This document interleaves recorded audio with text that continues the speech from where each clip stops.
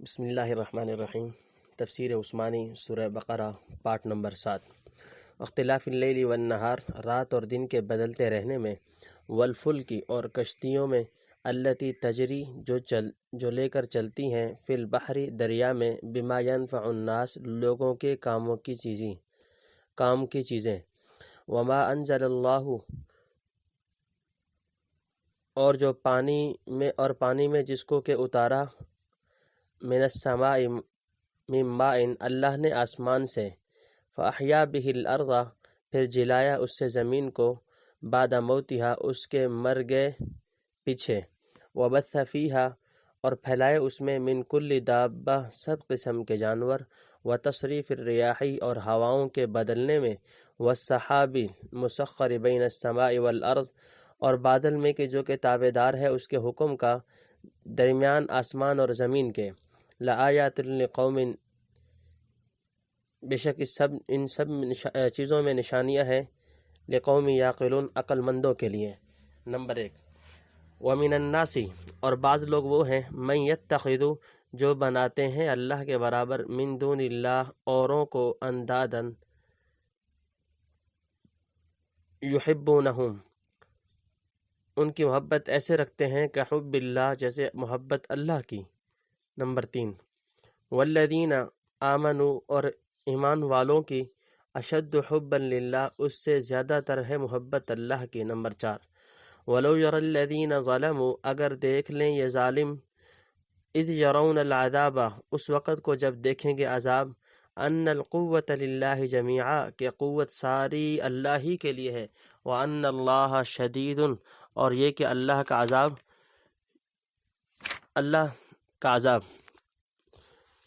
تفسیر۔ نمبر 1، مخلوقات میں اللہ کی نشانیاں، یعنی آسمان کے اس قدر وسیع اور اونچا اور بے ستون پیدا کرنے میں، اور زمین کی اتنی وسیع اور مضبوط پیدا کرنے میں، اور اس کے پانی پر پھیلانے میں، اور رات اور دن کے بدلتے رہنے اور ان کے گھٹانے میں اور بڑھانے میں، اور کشتیوں کے دریا میں چلنے میں، اور آسمان سے پانی برسانے اور اس سے زمین کو سرسبز و تر و تازہ کرنے میں، اور جملہ حیوانات میں اس سے توالد و تناسل نشو نما ہونے میں، اور جہات مختلفہ سے ہواؤں کے چلانے میں، اور بادلوں کو آسمان اور زمین میں معلق کرنے میں، دلائل عظیمہ اور کثیرہ ہیں حق تعالیٰ کی وحدانیت اور اس کی قدرت اور حکمت اور رحمت پر ان کے لیے جو صاحب عقل اور فکر ہیں۔ فائدہ، لا الہ الا ہو میں توحید ذات کا، اور الرحمن الرحیم میں توحید صفات کا ثبوت تھا،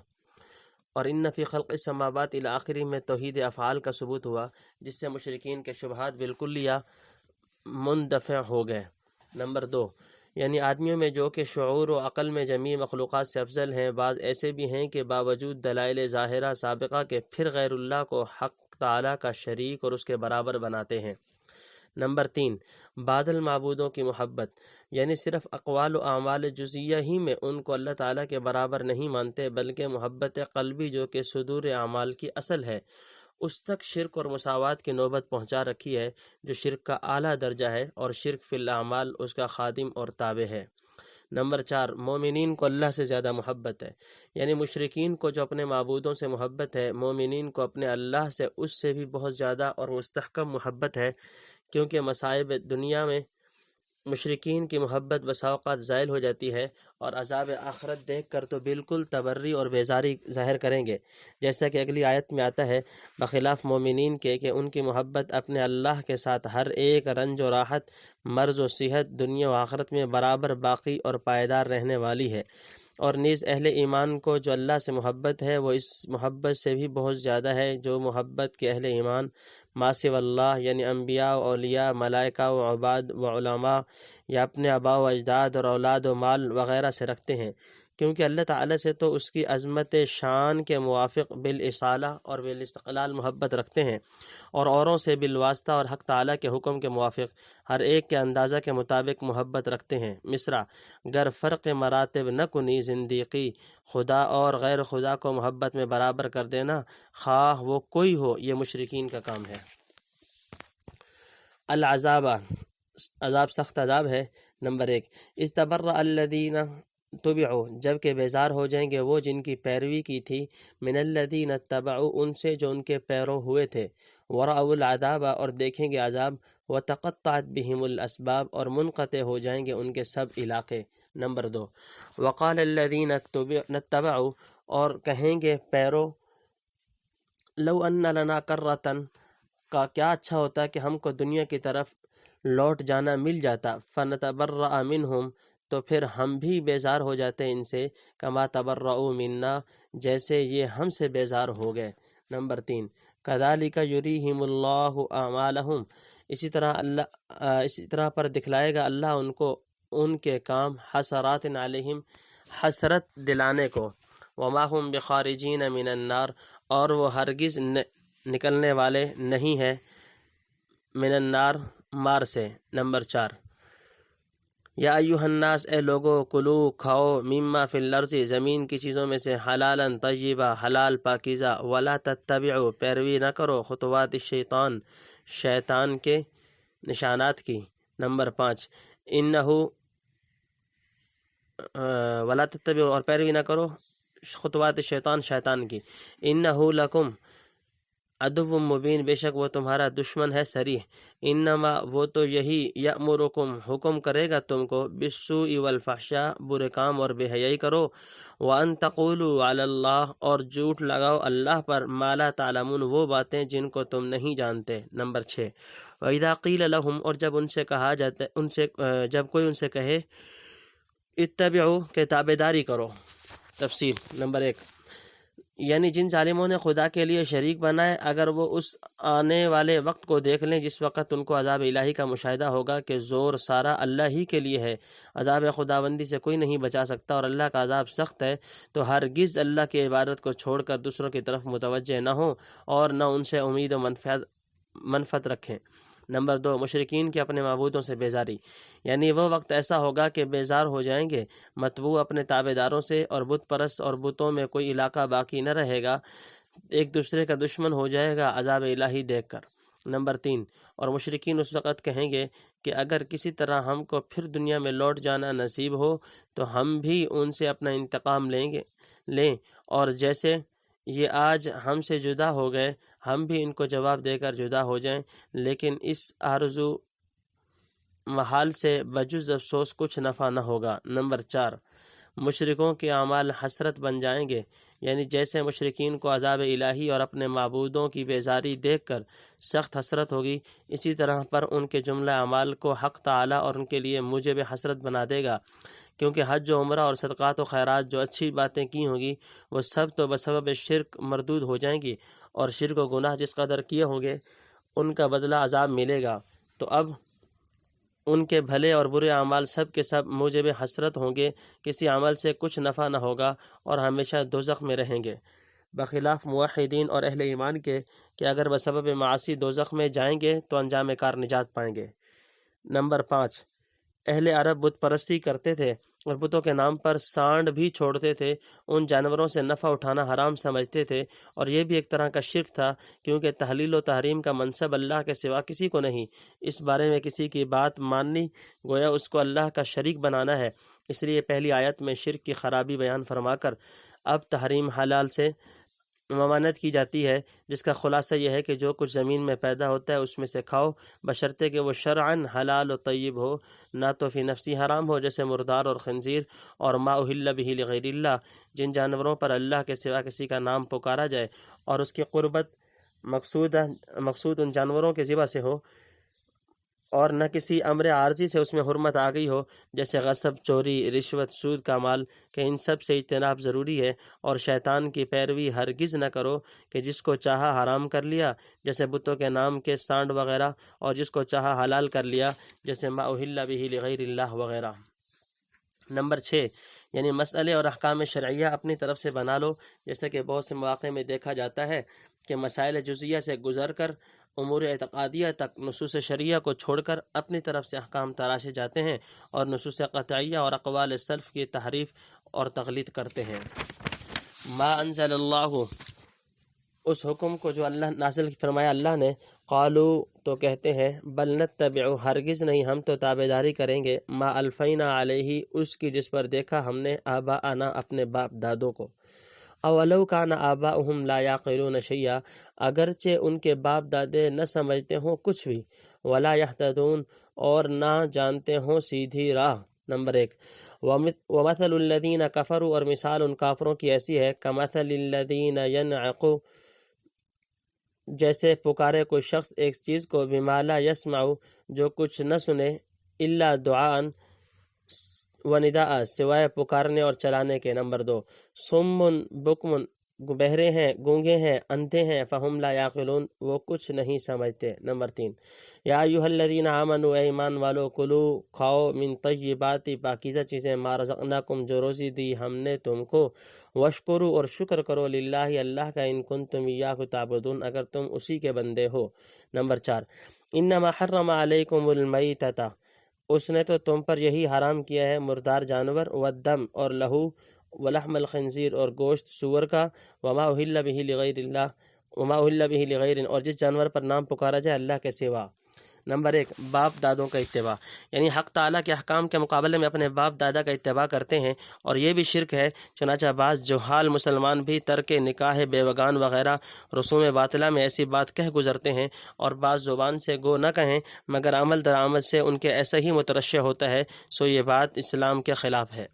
نمبر 2، یعنی ان کافروں کی راہ ہدایت کی طرف بلانا ایسا ہے جیسے کوئی جنگل کے جانوروں کو بلائے کہ وہ سوائے آواز کے کچھ نہیں سمجھتے، یہی حال ان لوگوں کا ہے جو خود علم نہ رکھیں اور نہ علم والوں کی بات قبول کریں۔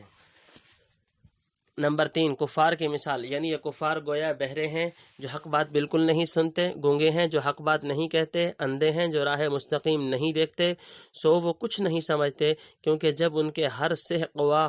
مذکورہ فاسد ہو گئے تو تحصیل علم و فہم کی اب کیا صورت ہو سکتی ہے۔ نمبر 4، مسلمانوں کو عقل حلال کا حکم، عقل طیبات کا حکم اوپر گزر چکا، لیکن مشرکین چونکہ شیطان کی پیروی سے باز نہیں آتے اور احکام اپنی طرف سے بنا کر اللہ کے اوپر لگاتے ہیں اور اپنے رسوم باطلہ آبائی کو نہیں چھوڑتے، حق بات سمجھنے کی ان میں گنجائش ہی نہیں، تو اب ان سے اعراض فرما کر خاص مسلمانوں کو عقل طیبات کا حکم فرمایا گیا اور اپنا انعام ظاہر کر کے ادائے شکر کا امر کیا گیا۔ اس میں اہل ایمان کے مقبول اور مطیع ہونے کی جانب اور مشرکین کے مردود و معتوب اور نافرمان ہونے کی طرف اشارہ ہو گیا۔ نمبر 5، حرام چیزوں کی تفصیل، مردار وہ ہے کہ خود بخود مر جائے اور ذبح کی نوبت نہ آئے یا خلاف طریقہ شرعیہ اس کو ذبح یا شکار کیا جائے، مثلا گلا گھونٹا جائے یا زندہ جانور کا کوئی عضو کاٹ لیا جائے یا لکڑی اور پتھر یا غلیل و بندوق سے مارا جائے یا اوپر سے گر کر یا کسی جانور کے سینگ مارنے سے مر جائے یا درندہ پھاڑ ڈالے یا ذبح کے وقت قصداً تکبیر کو ترک کیا جائے کہ یہ سب مردار اور حرام ہیں، البتہ 2 جانور مردار بحکم حدیث شریف اس حرمت سے مستثنی اور ہم کو حلال ہیں، مچھلی اور ٹڈی۔ نمبر 6، اور خون سے مراد وہ خون ہے جو رگوں میں بہتا ہے اور ذبح کے وقت نکلتا ہے، جو خون کے گوشت پر لگا رہتا ہے وہ حلال اور پاک ہے، اگر گوشت کو بغیر دھوئے پکا لیا جائے تو اس کا کھانا درست ہے، البتہ نظافت کے خلاف ہے، اور کلیجی اور تلی کے خون منجمد ہیں، بحکم حدیث شریف حلال ہیں۔ نمبر 7، اور خنزیر زندہ ہو یا مردہ یا قاعدہ شریعت کے موافق ذبح کر لیا جائے ہر حال میں حرام ہے، اس کے تمام اجزاء گوشت، پوست، چربی، ناخن، بال، ہڈی، پٹھا ناپاک اور ان سے نفع اٹھانا اور کسی کام میں لانا حرام ہے۔ اس موقع پر چونکہ کھانے کی چیزوں کا ذکر ہے اس لیے فقط گوشت کا حکم بتلایا گیا، مگر اس پر سب کا اجماع ہے کہ خنزیر جو کہ بے غیرتی اور بے حیائی اور حرص و رغبت الی النجاسات میں سب جانوروں میں بڑھا ہوا ہے، اور اسی لیے اللہ تعالیٰ نے اس کی نسبت فَإِنَّهُ رِجْسٌ فرمایا، بلا شک نجس العین ہے، نہ اس کا کوئی جزو پاک، نہ کسی قسم کا انتفاع اس سے جائز۔ جو لوگ کثرت سے اس کو کھاتے ہیں، اس کے اجزاء سے نفع اٹھاتے ہیں، ان تک میں اوصاف مذکورہ واضح طور پر مشاہد ہوتے ہیں۔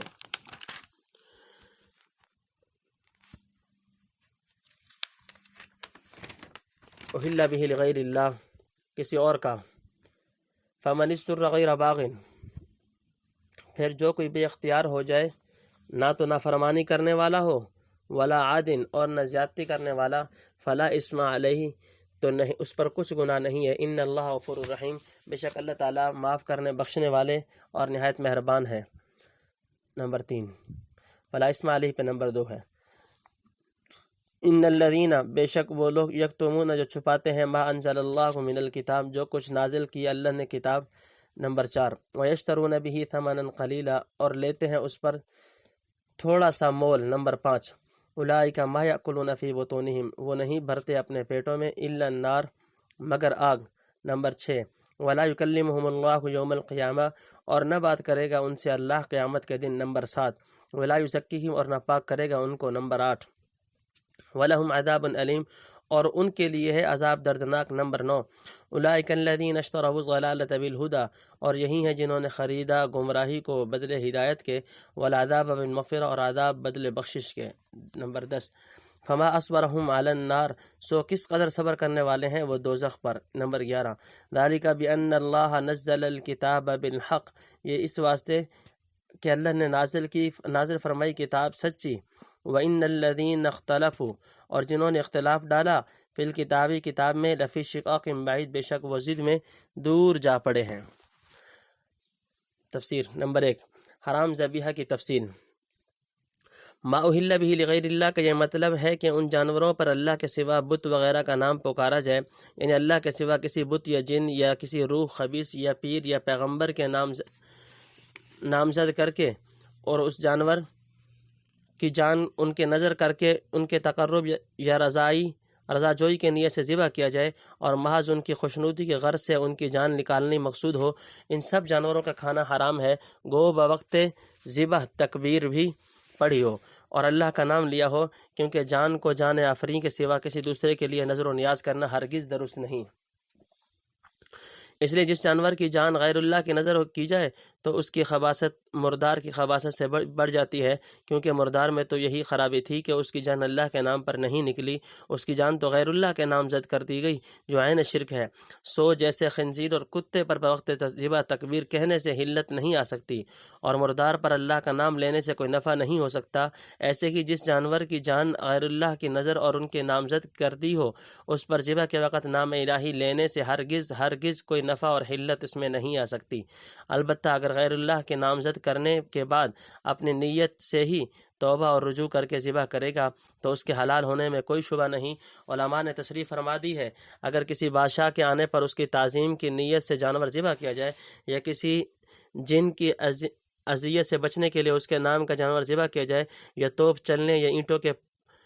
پزاوہ کے پکنے کے لیے بطور بھینٹ جانور ذبح کیا جائے، تو وہ جانور بالکل مردار اور حرام اور کرنے والا مشرک ہے، اگرچہ ذبح کے وقت خدا کا نام لیا جائے۔ حدیث شریف میں آیا ہے، لعن اللہ من ذبح لغیر اللہ، یعنی جو غیر اللہ کے تقرب اور تعظیم کے نیت سے جانور کو ذبح کرے اس پر اللہ کی لعنت ہے۔ ذبح کے وقت اللہ کا نام پاک لے یا نہ لے، البتہ اس میں کوئی حرج نہیں کہ جانور کو اللہ کے نام پر ذبح کر کے فقراء کو کھلائے اور اس کا ثواب کسی قریب یا پیر اور بزرگ کو پہنچا دے، یا کسی مردہ کی طرف سے قربانی کر کے اس کا ثواب اس کو دینا چاہیے، کیونکہ یہ ذبح غیر اللہ کے لیے ہرگز نہیں۔ بعض اپنے کجروی سے یہ حیلہ ایسے مواقع میں بیان کرتے ہیں کہ پیروں کے نیاز وغیرہ کو ہم کو یہی مقصود ہوتا ہے کھانا پکا کر مردہ کے نام سے صدقہ کر دیا جائے، تو اول تو خوب سمجھ لیں کہ اللہ کے سامنے جھوٹے حیلوں سے بجز مضرت کے کوئی نفع حاصل نہیں ہو سکتا۔ دوسرا، ان سے پوچھا جائے کہ جس جانور کی تم نے غیر اللہ کے لیے نظر مانی ہے، اگر اسی قدر گوشت اس جانور کے عوض خرید کر اور پکا کر فقیروں کو کھلا دو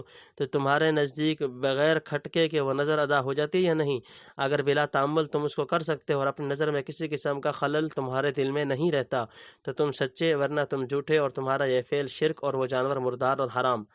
فائدہ، یہاں یہ شبہ ہوتا ہے کہ آیت میں حکم حرمت کو اشیاء مذکورہ میں منحصر کر کے بیان فرمایا، اس کا مطلب یہ سمجھا جاتا ہے کہ اشیاء مذکورہ کے سوا کوئی جانور حرام نہیں، حالانکہ جملہ درندے اور گدھا، کتا وغیرہ سب کا کھانا حرام ہے۔ اس کا جواب ایک تو یہ ہے کہ اس حصر سے حکم حرمت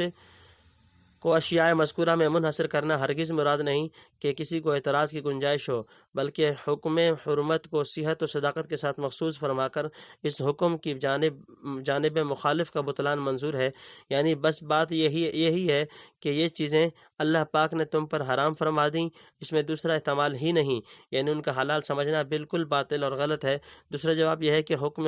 حرمت کو اشیاء مذکورہ ہی میں منحصر مانا جائے، مگر اس حصر کو اضافی یعنی خاص انہی چیزوں کے لحاظ سے تسلیم کیا جائے جن کو مشرکین نے اپنی طرف سے حرام کر لیا تھا، جیسے بحیرہ اور سائبہ وغیرہ، جن کا ذکر آئندہ آئے گا۔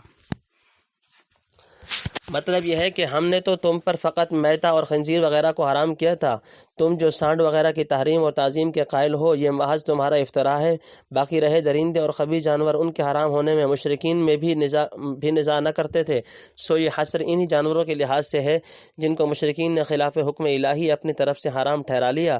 تمام جہان کے جانوروں سے اس کو کیا تعلق جو اعتراض مذکورہ کی نوبت آئے۔ نمبر 2، مضطر کا حکم، یعنی اشیاء مذکورہ حرام ہے لیکن جب کوئی بھوک سے مرنے لگے تو اس کو لاچاری کی حالت میں کھا لینے کی اجازت ہے، بشرطے کہ نافرمانی اور زیادتی نہ کرے۔ نافرمانی یہ کہ مثلا نوبت اضطرار کی نہ پہنچی ہو اور کھانے لگے، اور زیادتی یہ کہ قدر ضرورت سے زائد خوب پیٹ بھر کر کھا لے، بس اتنا کھائے جس سے مرے نہیں۔ نمبر 3، یعنی اللہ پاک تو بڑا بخشنے والا ہے، بندوں کے ہر قسم کے گناہوں کو بخش دیتا ہے، پھر ایسے لاچار اور مضطر کی بخشش کیسے نہ فرمائے گا۔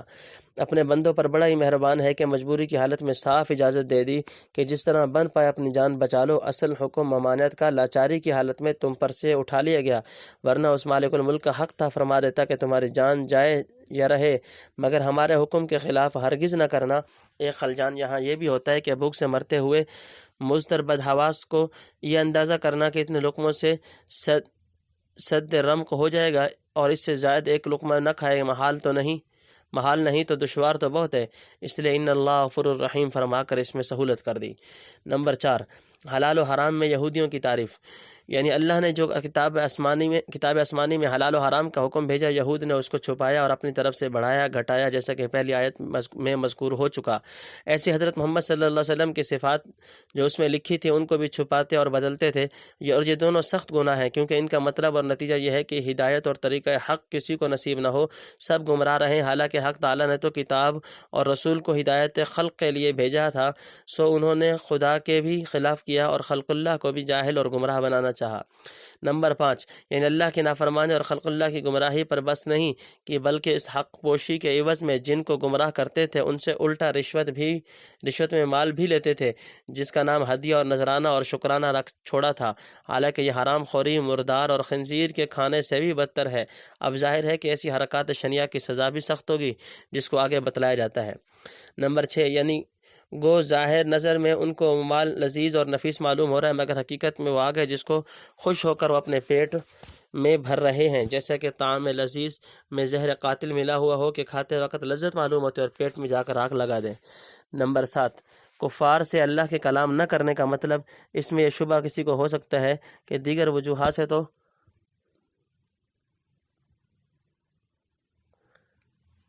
معلوم ہوتا ہے کہ جناب باری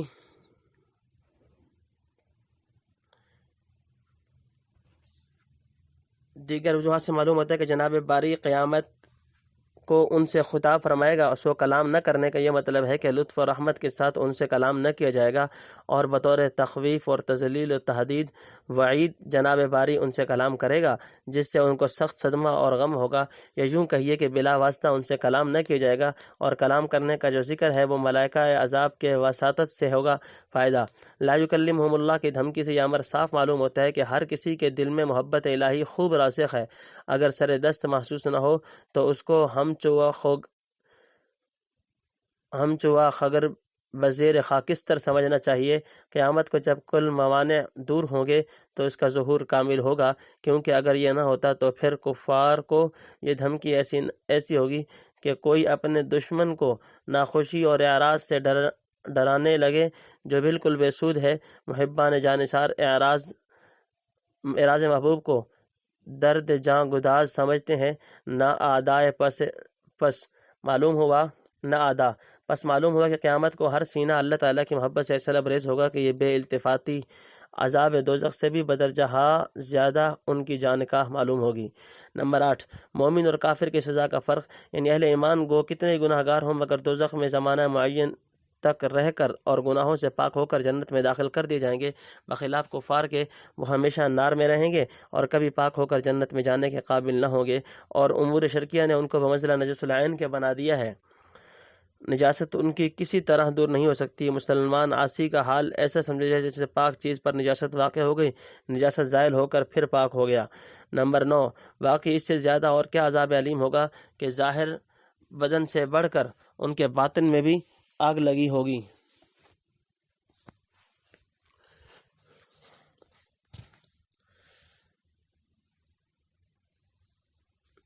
اور محبوب حقیقی ان سے ناخوش ہوگا، پھر اس مصیبت جانکاہ سے کبھی نجات نہ ملے گی، نعوذ باللہ۔ نمبر 10، یعنی وہ لوگ بے شک اس قابل ہیں کہ کیونکہ انہوں نے خود سرمایہ نجات کو غارت کیا اور گمراہی کو ہدایت کے مقابلے میں پسند اور اختیار کیا، اور اسباب مغفرت کو چھوڑ کر اسباب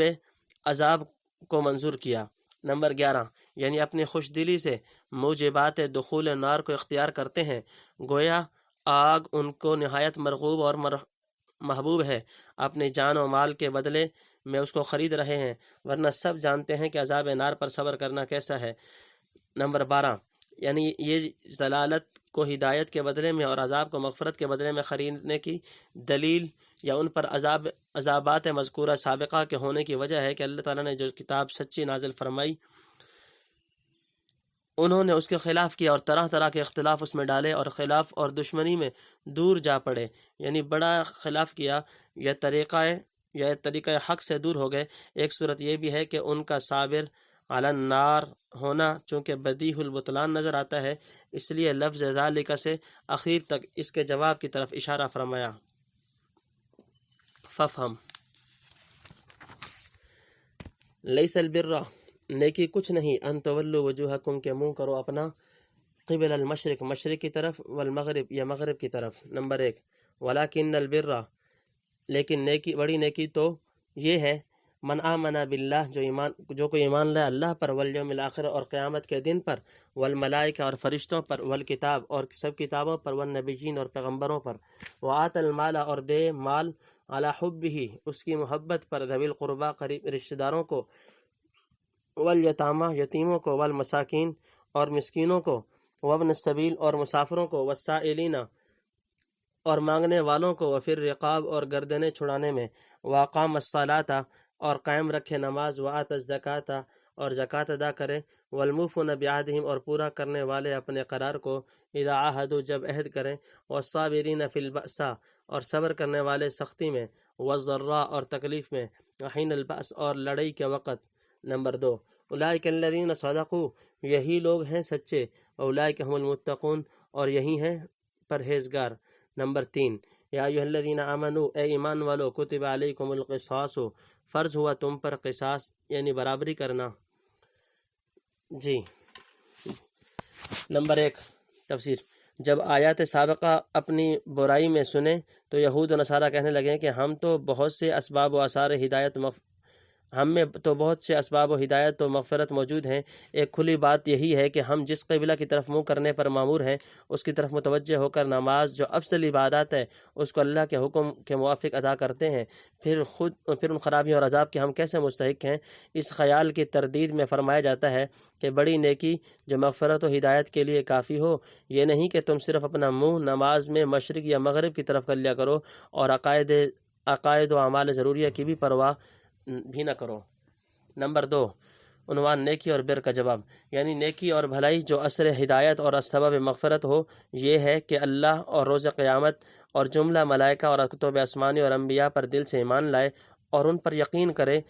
اور باوجود محبت اور رغبت کے اپنے مال کو علاوہ زکوٰۃ کے قریبوں اور یتیموں اور غریبوں اور مسافروں اور سائلوں کو جو کہ محتاج ہوں دے، اور گردنیں چھڑانے میں، یعنی مسلمان جس کو کفار نے ظلماً قید کر لیا اس کی رہائی میں، یا مقروض کو قرض خواہ سے چھڑانے میں، یا غلام کو آزاد کرانے میں، یا غلام مکاتب کو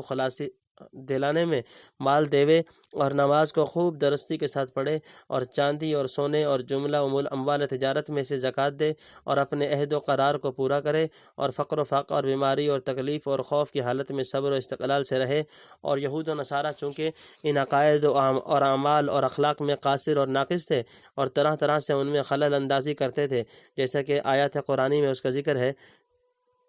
تو اب یہود یا نصارہ کا صرف اپنے استقبال قبلہ پر ناز کرنا اور اپنے آپ کو طریقہ ہدایت پر مستقیم سمجھنا اور مستحق مغفرت کہنا